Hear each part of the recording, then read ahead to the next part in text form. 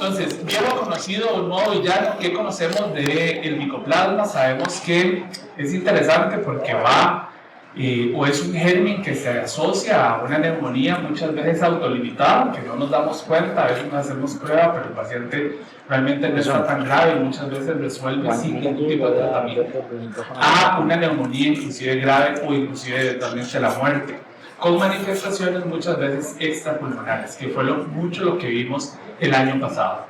A menudo se le conoce como la neumonía ambulante o se le conoce como aquel germen que da esa disociación clínico-radiológica, porque vemos placas que se ven terribles y vemos al paciente, el paciente en realidad no se ve tan mal, no está hipóxico, tiene su tos, tiene varios días de tener sus síntomas respiratorios, pero en realidad no está mal.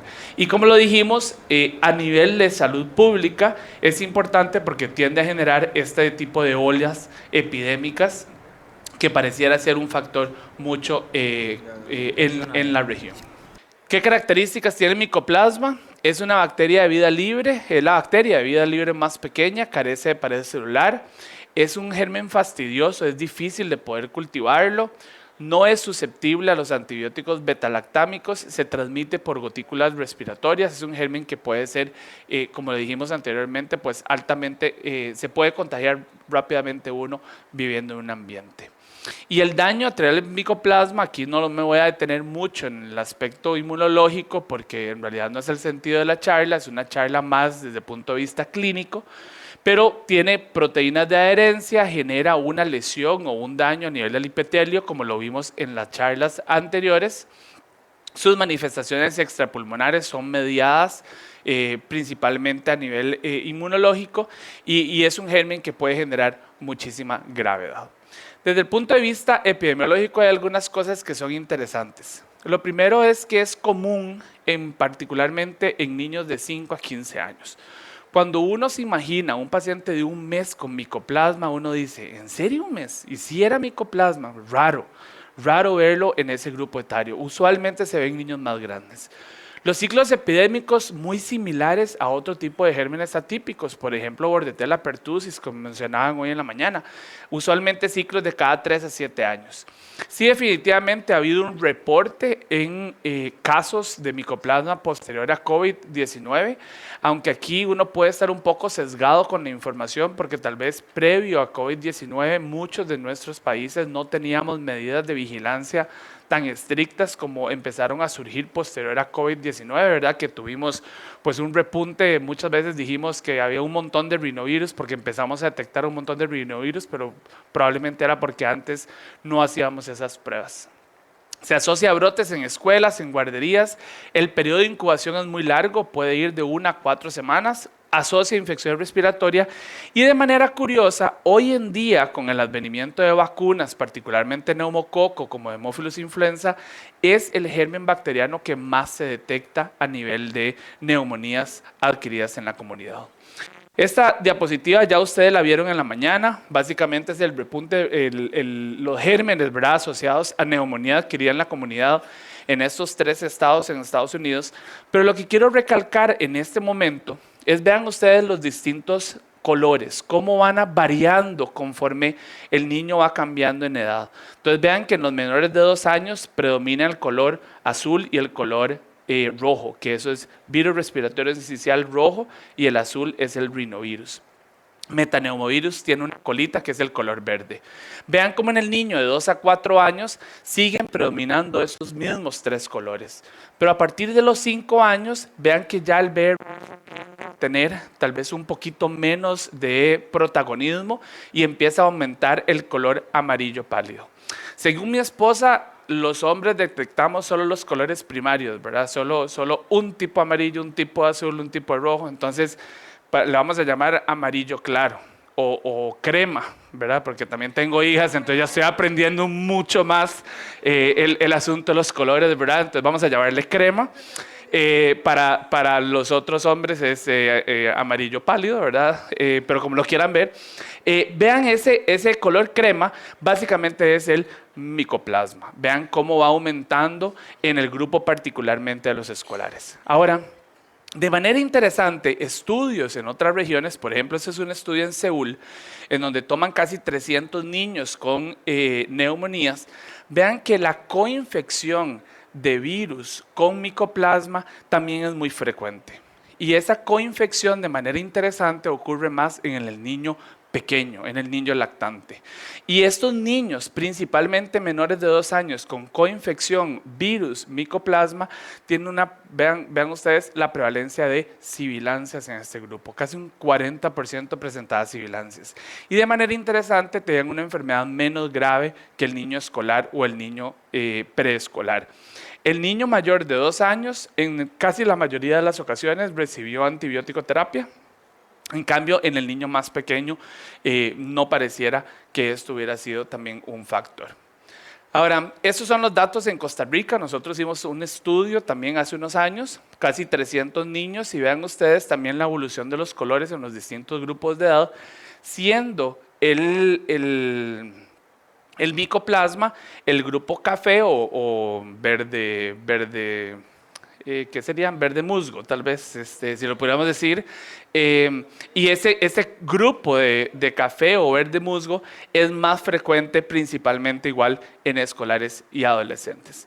Ahora, estadísticamente esta prevalencia ha ido cambiando. Tenemos el reporte aquí, tenemos este reporte de la CDC del año pasado con el repunte de micoplasma, básicamente haciendo una alerta a los pediatras de que estamos ante una de estas olas y que es importante tomar en cuenta, pero con una particularidad, algo que difería de otros brotes en el pasado, principalmente la afectación en el grupo de niños pequeños. Ese es el brote de Australia, que vean ustedes los distintos colores, esa línea puntiaguda morada que ustedes pueden ver ahí, ese es 2024. Ellos tuvieron también su repunte de micoplasma, principalmente en los primeros meses del año. Todavía en Latinoamérica no habíamos llegado acá, aunque hay un reporte ahora de Colombia que ustedes van a ver que me pareció también muy interesante. Estados Unidos, esta es una página donde ustedes pueden ver el movimiento de la distribución de los virus respiratorios y los distintos gérmenes respiratorios.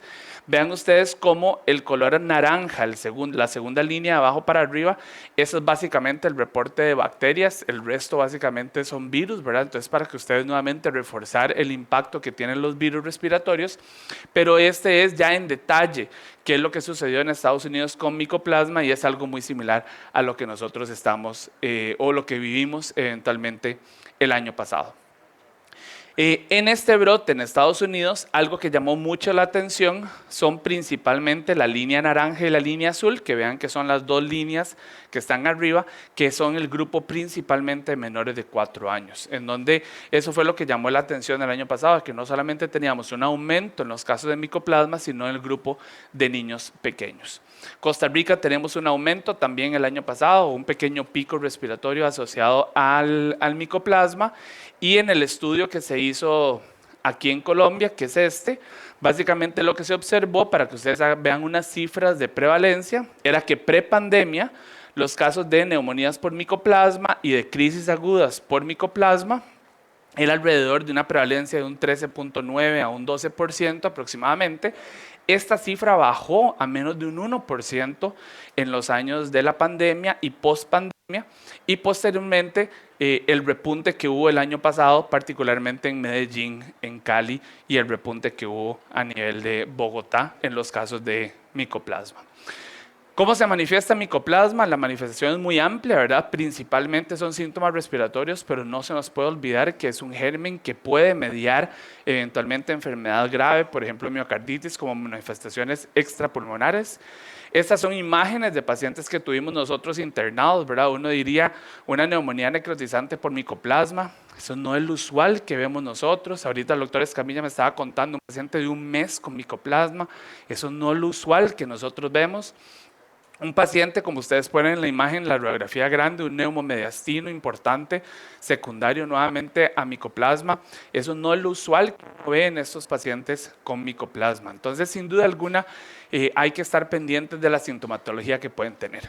Tos seca, fiebre, odinofagia, fatiga, cefalea, son las causas o las principales manifestaciones en los pacientes con enfermedad respiratoria. Sin embargo, Un dato muy importante con micoplasma es que es uno de los gérmenes bacterianos que más se asocia a crisis agudas de asma o eventualmente riesgo de mal control de asma en los pacientes. Entonces hay que prestarle atención porque sin duda alguna es uno de los gérmenes que más se puede asociar a que un paciente visite un servicio de emergencias, en particular nuestros pacientes asmáticos.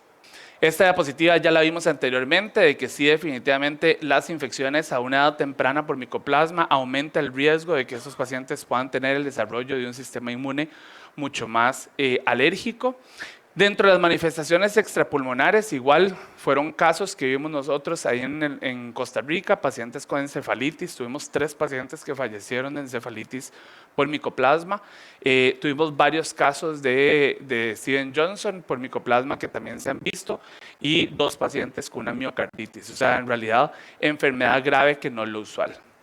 Ahora, el diagnóstico en realidad es complejo y es complejo para muchos de nuestros países en donde tal vez las pruebas complejas para hacer el diagnóstico de este tipo de enfermedades no están tan disponibles para la población en general. Pero algo que sí es muy interesante es que clásicamente se ha basado mucho en el diagnóstico clínico o la sospecha clínica de este grupo de pacientes.